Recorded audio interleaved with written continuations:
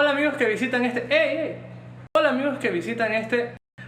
Hola amigos que visitan este canal. Si hubiésemos vivido en los años 1992, 93 o 94, seguramente se nos hubiese ido la luz. El video anterior nos enseñó unas de las problemáticas que vivía el Estado ecuatoriano en aquel entonces. Problemas de gobernabilidad, inflación, autoritarismo y cambio de la dinámica económica mundial. Estos 4 temas, dime tú, ¿cuál crees que debe ser el más importante que deba tratar el próximo mandatario? Aquí iniciamos la segunda década perdida.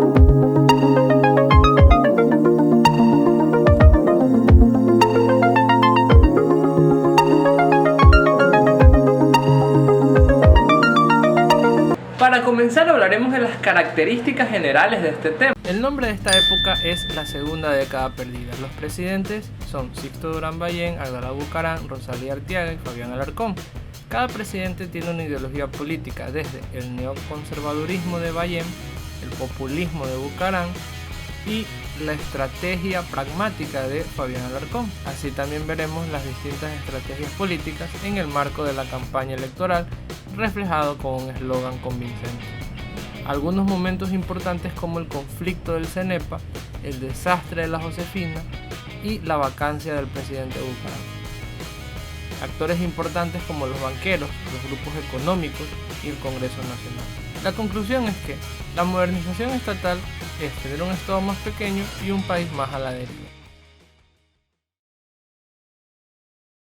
Para las elecciones en 1992 ganaría el arquitecto Sixto Durán Ballén, político, estudió en Estados Unidos arquitectura, fue ministro de Obras Públicas en el gobierno de Camilo Ponce y su vicepresidente era Alberto Dají. Al hablar de las obras del presidente Sixto mencionaríamos una frase o una palabra, pues la definiríamos con modernización y privatización.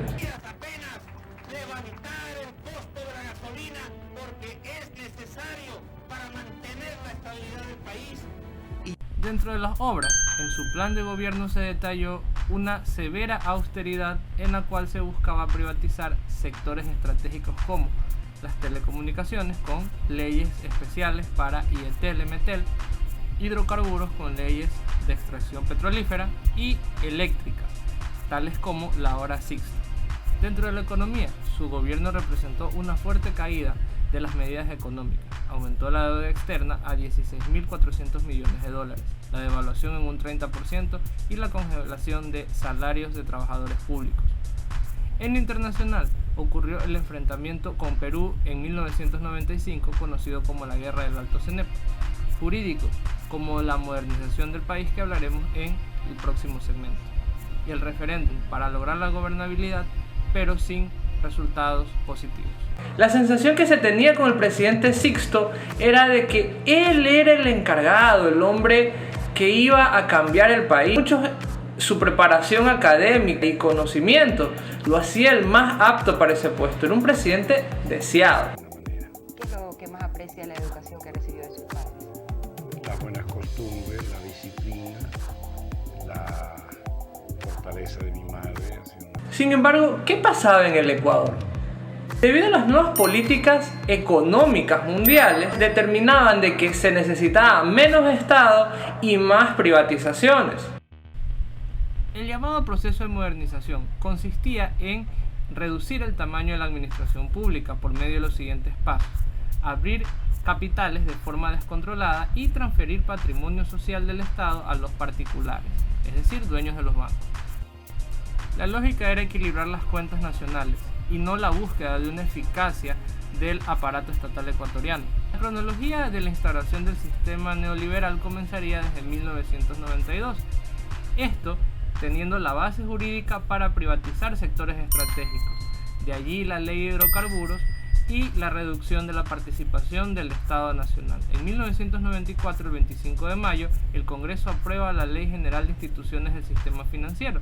Esta ley constó de 66 artículos y 3 disposiciones transitorias, la cual liberaliza, apertura y consolida la vida de los bancos en el país y la responsabilidad del Estado de salvarlos en caso de ser necesario. Expliquemos un poco el tema. Esta ley apuntó a la apertura del sector financiero y a la consolidación de nuevos servicios y operaciones bajo el concepto de banca múltiple. Sin embargo, la ley disminuyó la capacidad de supervisión y control de la Superintendencia de Bancos, abrió el camino para un debilitamiento de la cartera de la banca privada y la liberalización de las tasas de intereses, como vemos en la siguiente imagen. ¿Cuáles fueron los resultados? El control de la inflación, debido a que se redujo la inflación entre un 52 y un 22% entre el 92 al 95, lo cual dio cierta estabilidad económica. Entre comillas, se llamaría un maquillaje de resultados, ya que la disminución se logró a costa de un pobre crecimiento económico. A este proceso se lo conoce como la modernización del Estado. Cada día que pasa, su dinero pierde valor y sus metas se alejan más y más. Alcáncelas con VPRES, que conserva todo el poder adquisitivo de su dinero y además gana intereses. Ahorre o invierta en VPRES y asegure sus grandes metas, la educación de sus hijos, un retiro tranquilo, la casa de sus sueños. Nunca más deje que un sueño se le escape. Ahorre o invierta en VPRES del Banco de Préstamos. Cuenta de ahorros del Banco del Pichincha y disponga de él las 24 horas con su tarjeta Multired Ahorros, con la red más amplia de cajeros automáticos y 56 oficinas en el país. Cuenta de ahorros del Banco del Pichincha, seguridad y rentabilidad para su futuro. Eran horas bajas para el gobierno debido a las medidas que ya había tenido que implementar. Pero para enero de 1995, una escaramuza entre los soldados del ejército peruano y el ecuatoriano desataría un conflicto que preocuparía a la región, esta vez el llamado Alto Cenepa. La guerra del Cenepa se desarrolló en la zona del área no demarcada entre la cuenca del río Cenepa, al que se debe su nombre, y la cordillera del Cóndor. El 25 de enero de ese año, tropas peruanas se tomaron Tiwinza, lo que desencadenó el conflicto. El intercambio de fuego duró poco más de un mes. Bajo la consigna de ni un paso atrás, el entonces presidente Sixto Durán Ballén, las tropas ecuatorianas pudieron enfrentar con éxito y repeler a las peruanas. Y cuando le hemos dicho aquello que algunos de vosotros habéis dicho, ni un paso atrás. Vamos ahora.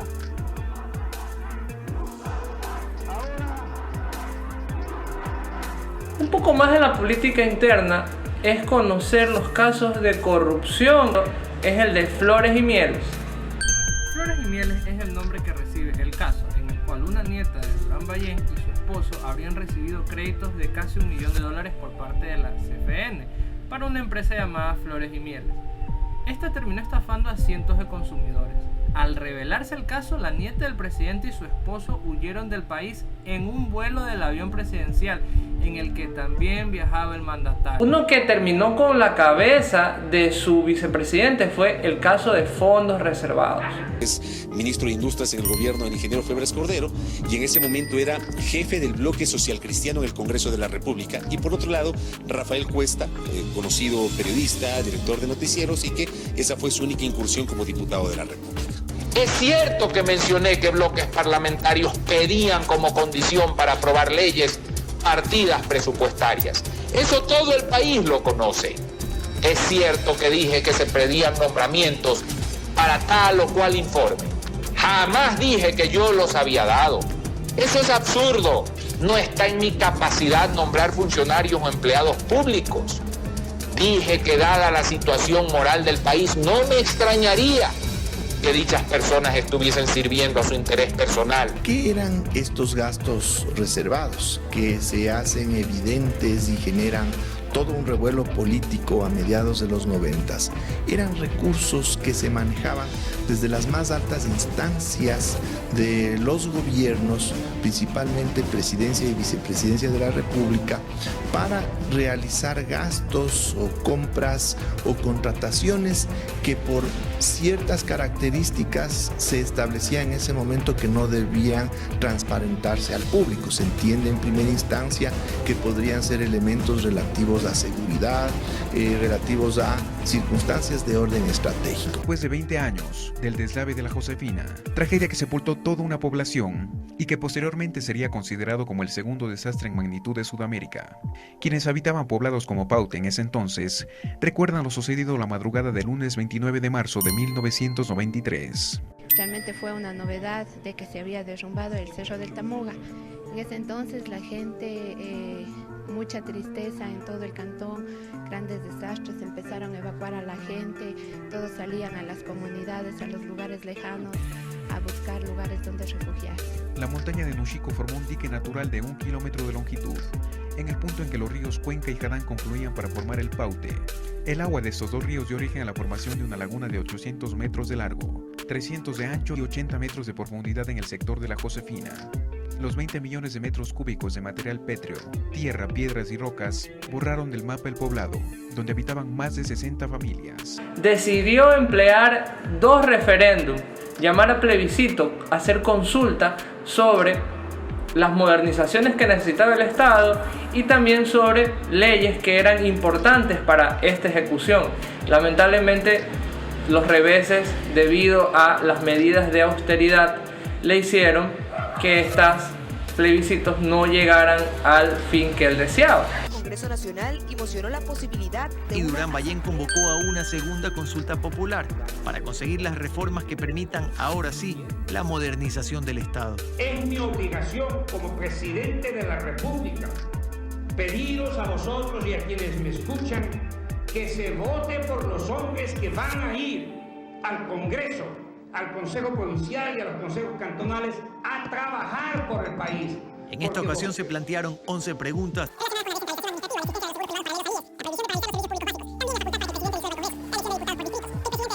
Todo sí, naturalmente, yo fui el que hice la consulta.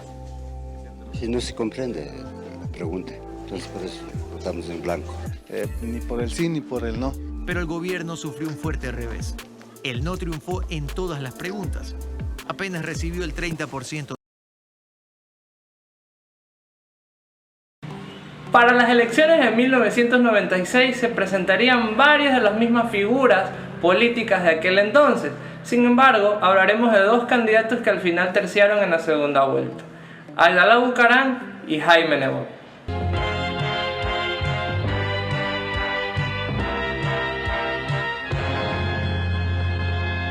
A la mujer no le engañan, aunque figure Teresa.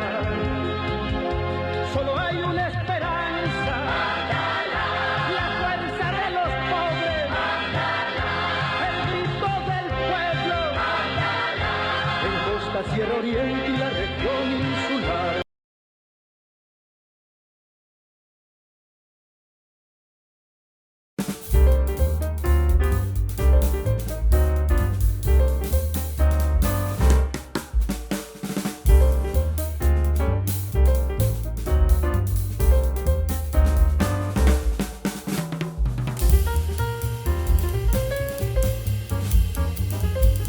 Cuando todo parecía una elección de números reservados, una jugada en falso del mentor de Jaime Nebot, León Febres Cordero, dejaría el camino en bandeja servida a Abdalá, una frase que según Abdalá habría jugado a su favor en la decisión final del votante. 22 niñas, el cobarde Febres Cordero en el otro canal se quitaba la máscara con su hijo Nebot y le decían al Ecuador: todos los que no votaron por nosotros son unas prostitutas, marihuaneros y rateros. Dile a Febres Cordero que sí, que yo acepto que en el Ecuador es verdad, hay una marihuanera, hay una prostituta y una ratera, pero que esa marihuanera, esa ratera y esa prostituta son las oligarquías ecuatorianas. Hablemos de las obras del presidente Abdalá Bucaram. Recién a los 113 días del mandato presentó su plan de gobierno, que consistía de 3 puntos importantes. Primero, situación económica. Número 2, paz con el Perú. Número 3, vivienda para el pueblo. De hecho, estamos viviendo en una de estas que se construyeron. Y en las horas más difíciles de este gobierno sería un plan orquestado para sacar del poder como sea a Bucaram y a su vicepresidenta. No sería acusado de prácticas como cleptocracia, nepotismo. El presidente Bucaram, admirador y amigo de Carlos Menem, el presidente argentino que llevó adelante un severo plan neoliberal. Movimiento bufonesco y chabacano que lo convirtió en el hazmerreír del mundo. La prensa internacional se solazaba en sus payasescas acciones. Se inició el mismo día de su posesión. Bailó y cantó en la recepción ofrecida en el Hotel Quito, puesto la banda presidencial. Se comparó con Julio Iglesias luego de grabar un compacto llamado Un loco que ama.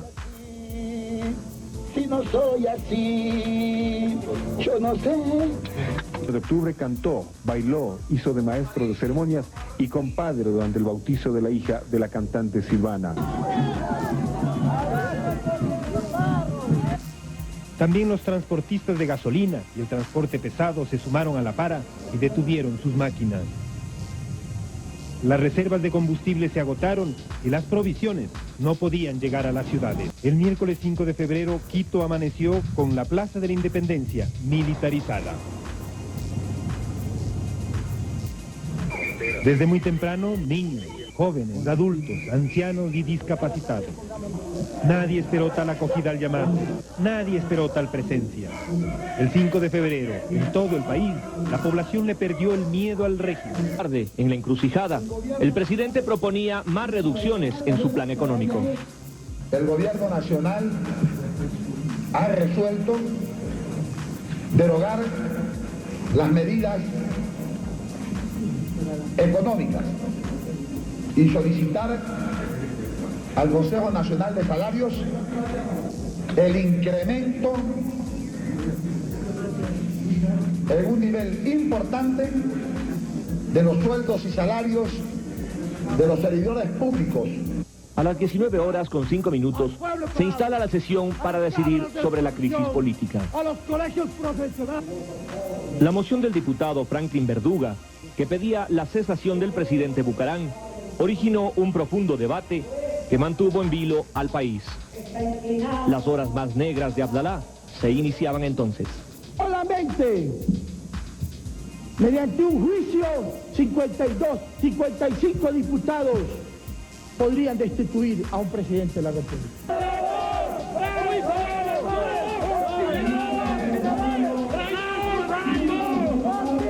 A las 22 horas con 20 minutos, la suerte estaba echada. Bucarán no era más el presidente. Señor presidente, 44 votos por la moción, 34 votos en contra de la moción, 2 abstenciones. Ha sido declarada vacante la presidencia de la República y el doctor Fabián Alarcón Rivera ha sido elegido presidente constitucional interino de la República del Ecuador.